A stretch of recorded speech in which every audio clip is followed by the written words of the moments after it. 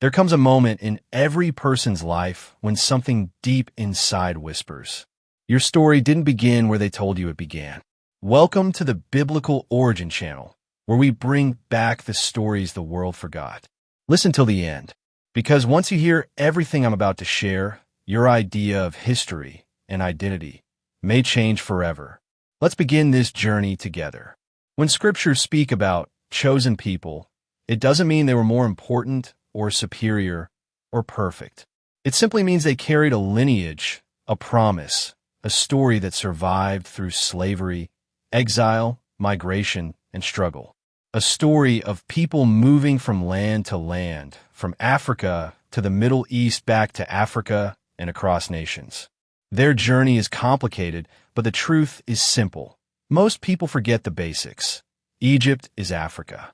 Ethiopia is Africa. Cush is Africa. Ancient Midian connected directly with Africa. Now, think. Moses didn't grow up in Europe. He grew up in Africa. Joseph didn't rule a Western kingdom. He ruled in Africa. Jesus didn't run to a European land. He was hidden in Africa. When the most important chapters of Scripture unfold on African soil, how can anyone say Africa isn't part of the chosen lineage? Many tribes had traditions that look almost identical to ancient Hebrew customs. Newborn circumcision on the 8th day, avoiding certain foods, festival meals, resembling Passover, ancient star and staff symbols, Sabbath-like, rest days, Hebrew-style, names passed down for generations. These weren't adopted recently. These weren't copied from modern religion. These were carried from somewhere long ago. Coincidence? Or does the past remember more than we think? Be taken to distant lands, lose their identity, be scattered among nations, be carried on ships, be oppressed for generations, and later remember who they were. Now look at African history. Families torn apart, nations broken, millions taken across oceans by force, names, languages, culture erased. And even today, a deep, unexplainable pull inside many descendants. A feeling that whispers, you come from something older, deeper, holier. The resemblance is too close to ignore. Genetic research shows that ancient Middle Eastern families moved through North, East, and West Africa for thousands of years. This means something important.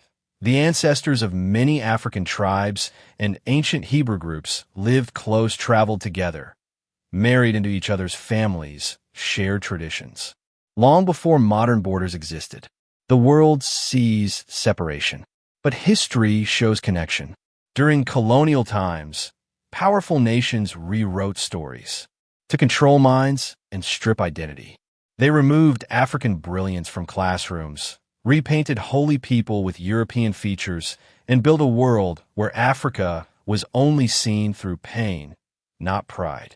Because if Africa was seen as the cradle of prophets, warriors, wisdom, lineage, then millions of people would suddenly discover their worth. And a person who knows their worth cannot be enslaved, physically or mentally. For centuries, artists in Europe created pictures of biblical figures with European skin, hair, and features.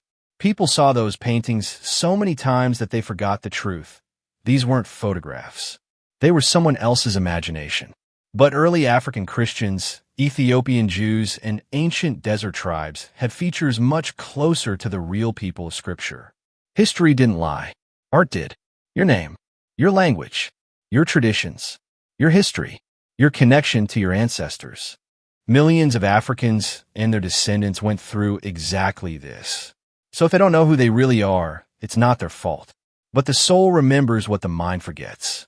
And many people today feel a spark inside, a feeling they can't explain. That spark is identity trying to return home. Across the world, people are waking up.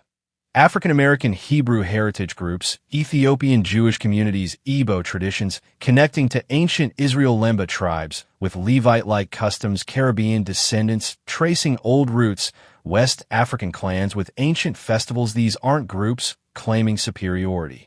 They're simply reclaiming a past that was taken from them. This is not division. This is healing. Wherever you come from, whatever your skin color, whatever your background, this story is a reminder.